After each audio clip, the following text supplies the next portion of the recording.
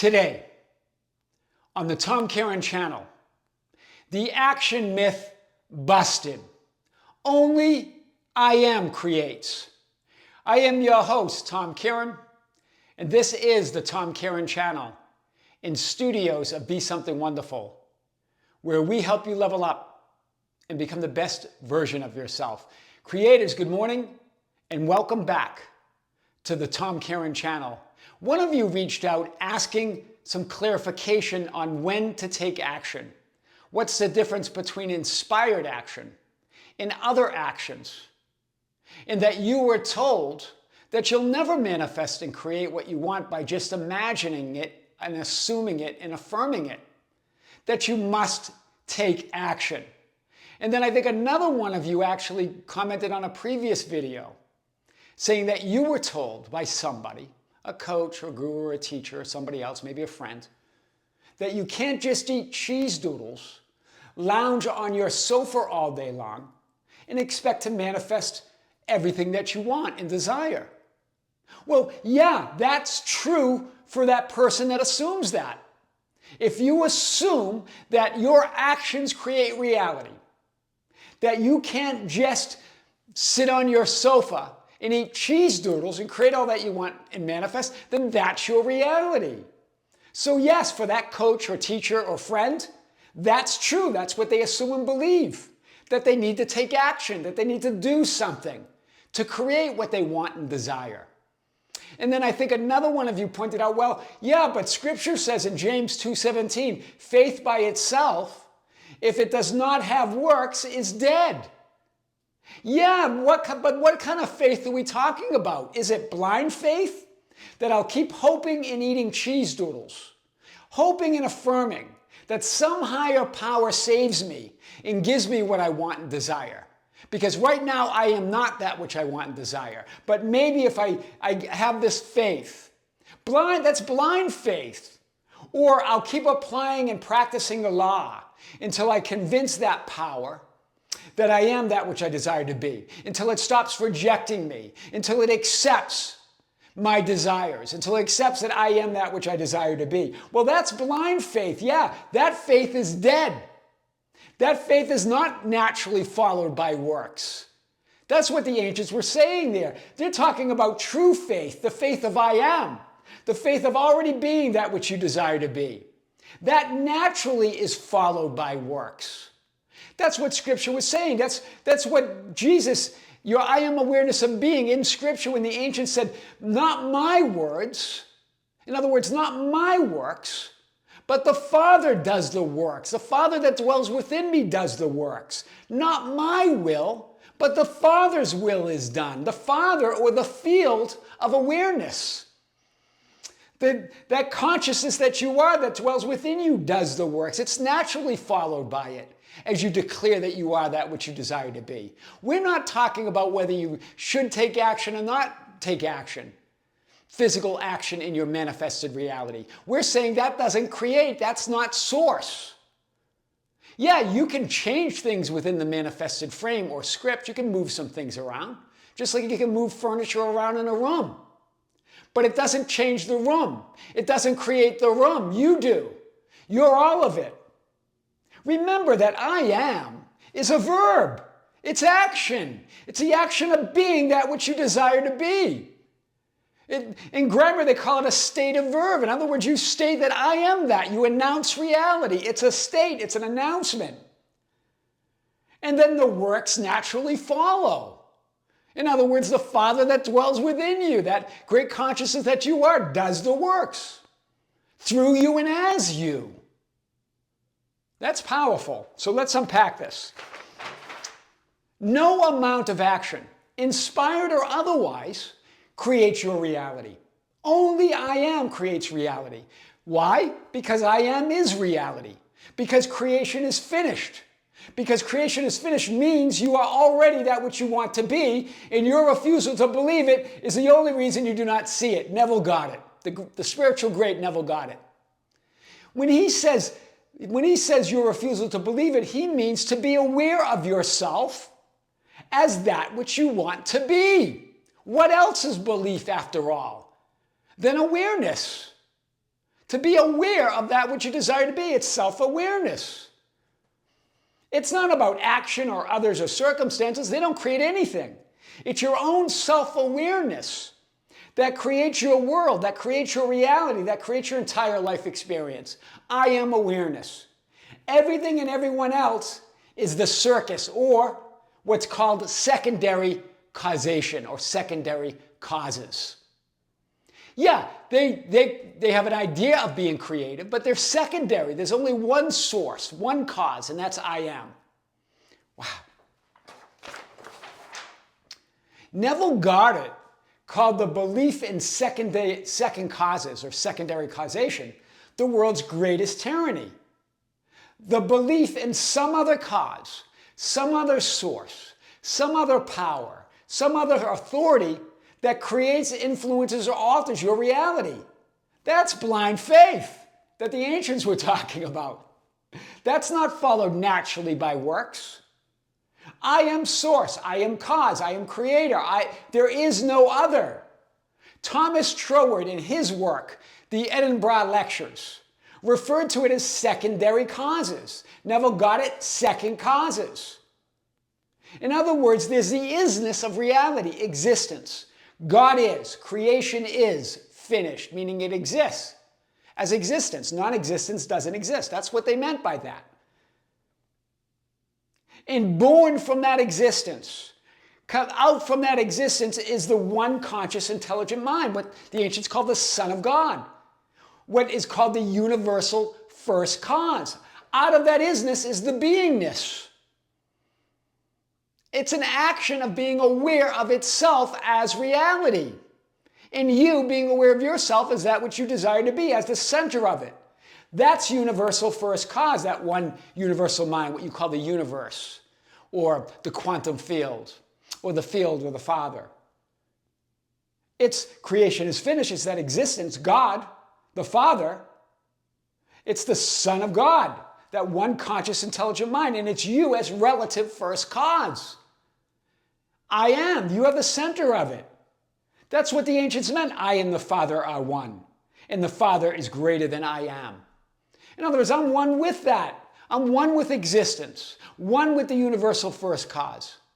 But it's also greater than any perspective or viewpoint or vantage point that I have at any one moment. But that doesn't make me anything less than first cause. I am relative to that consciousness or the field or the Father, but I'm still first cause. Do you see? You're the center of all of it. There's a universal first cause, that one universal mind. Then there's your individual experience of that, what many call the physical mind. But the physical mind is just a perspective or viewpoint within the one mind. It's just a finite perspective or a vantage point within that one mind. That's powerful. You're relative first cause. Stay with me today. Relative first cause, this is what Troward says in the Edinburgh Lectures, to distinguish the action of the creative principle. What's the creative principle? I am. What else is there? In the individual mind, in other words, in your unique perspective within the one universal mind, there's no private individual minds that are finite, that are separate from the one individual mind. It's you as the center, your unique perspective. So it's to distinguish the action, I am. The verb be is a verb. It's a verb, but it's stating I am. From the universal first cause on one hand. So it's you as the relative first cause, and then there's the universal first cause. You as the relative first cause, and there's a universal first cause. I and the Father are one. The Father is greater than I. And all of that is distinguished from secondary causation. Everything else is the circus. Everything else is secondary causes. That's what Troward was getting at. The individual mind is the individualized, localized experience or personality, that finite experience within the one infinite, limitless, universal mind. Relative first cause, universal first cause. God or existence is. Creation's finished. Any other action, other than the action of the creative principle within the one universal mind, first cause, and in the individual mind, relative first cause, is secondary cause. In other words, it's not source or cause of anything. It's not what is real or reality. You are as relative first cause. Wow, this is powerful. So I just want to get at this idea of inspired action. All action is inspired by either I am or I am not yet. Is it coming from love of I am or the lack of I am not yet, that which I desire to be? All of it's inspired by one of those two things. So all your actions are inspired. The question is, what is it inspired by? The love of I am or the lack of I am not yet? It's the creative power that you are. I am is a creative power, you are. Either way, it's going to create. I am the one universal mind, the universe of the quantum field. Hear this. It doesn't judge, accept, or reject anything. It doesn't judge action as good or bad, right or wrong, inspired or uninspired, meant to be or not meant to be. Those are all made up. Those are all made up by the physically focused, seemingly separate, limited personalities that at the same time bash on themselves that they're just the character or ego. The character or ego. At the same time, you think, oh, it's just the character ego, but that's the character ego bashing on itself. Remember, that universal power that you are is universal. It's impersonal. That's what universal means. It's not limited by any personality or perspective. It's deductive, meaning it always says yes. It doesn't weigh in on right or wrong, or good or bad, or inspired or uninspired, or what's meant to be or not meant to be. It's not giving you a message saying, hey, this is inspired, and this is how you know. Or this is uninspired, and this is how you know. No, it's all inspired. It doesn't judge any of that. The only question is, are you inspired by I am that which I desire to be, or I am not yet that which I desire to be? The love of everything that you want and desire, or the lack of it? The Magician's Way says this: there's never anything to do, but always action to take. In other words, the Father does the work through you and as you. But when you try to do something or make something happen, now you're saying, well, wait a minute. I'm not waiting on the Father. I'm not waiting on Source. I'm gonna try to do this within the manifested frame. I'm gonna try to move that furniture around and see if I can create a new room. But no matter how much you move that furniture around, you don't create a new room. It might look different with the furniture there. It's still the same room. It's still the same reality. It's still the same script. It's fixed. It's written. But there are infinite rooms. There are infinite. In my Father's house are many mansions. That's what the ancients told us. In my Father's house are many mansions. If it weren't true, I would have told you. That's what it says in there. If that wasn't true, if there weren't infinite realities and scripts and film rolls, I would have told you that. So powerful. I am already that which I desire to be. Unconditional love. Or I'm not yet. I need to meet some conditions. I need to do some work and some actions to make it happen. So here, when you're under the influence of that love, you take actions or don't take actions. Whether you take them or not, everything leads to everything you want and desire. It doesn't matter whether they appear to be right or wrong actions, good or bad, inspired or uninspired, meant to be or not meant to be. It all leads to what you want because you've already decided. It's done. Or you assume from lack. It comes from there's conditions to be met, things to do. Then it doesn't matter what you do, how much you try. No matter how good or right your actions appear, it never leads you to everything that you want because it's a script of I am not yet. And that script must play out. No matter what you do, the script leads to I am not yet, period. And then that leads to more actions that you take to now compensate for the mess that you made trying to make something happen. Those are called compensatory actions. And often teachers talk about compensatory versus inspired. But I'm saying that you're always inspired by something. All actions are enchanted and magnify the assumption that I desire to be when you stand in the love that you are, with absolutely no conditions to be met. All actions here, taking it from I'm not yet that which I desire to be, are made up from that limiting false assumption that I'm not yet that, so I must do something to get there. Wow, that's powerful. Universal first cause. I am all that is. You as relative first cause, illuminating your now frame of reality. You are all potential and identities and realities, one superimposed over the other right now. Nothing's been withheld or denied or rejected whatsoever. It's all been given you. God made you as all that is. It's done. Question is, what are you going to light up? What are you going to assume? The film rules and scripts are always new in every moment. Action's irrelevant. It has nothing to do with action. In fact, Vadim Zeland, in his book Tufti the Priestess, talks about action as being another illusion. Just as things and circumstances are not as they appear, neither are your actions. Why? All of those actions according to the script. They're written in the script. No amount of action alters or changes the reality or the script. All scripts are written.